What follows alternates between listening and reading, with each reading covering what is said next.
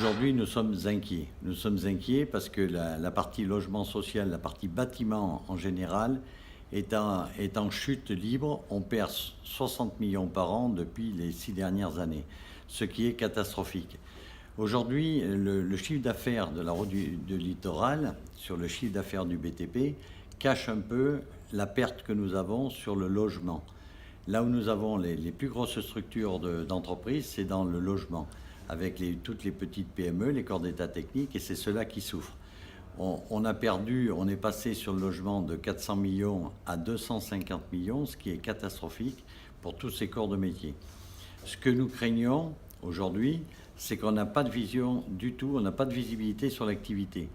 On a un plan logement outre-mer qui va être revu la semaine prochaine. On va travailler, même si au départ ça a démarré à Paris sans ultramarins. Aujourd'hui, ça va venir à La Réunion à partir de mardi prochain.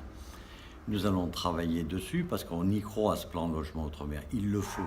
L'étude récente faite par l'INSEE et l'ADEAL dit qu'il manque 169 000 logements à construire jusqu'en 2035. Et aujourd'hui, on a un déficit de 22 000 logements, 22 000 familles qui sont en attente. Donc nous avons un réel besoin de travailler sur ce plan logement outre-mer. Par contre, entre aujourd'hui et la mise en place du plan logement outre-mer, on a besoin d'activité, puisque nous risquons de perdre nos entreprises. Je rappelle que l'année dernière, on en a perdu 450, 40 depuis le début de l'année, et on craint dans les jours qui viennent, les semaines qui viennent, que ce soit une hécatombe suite à une fin d'année difficile. Et nous attendons avec impatience la visite de la ministre de l'Outre-mer pour remonter un dossier que nous proposons depuis une dizaine d'années.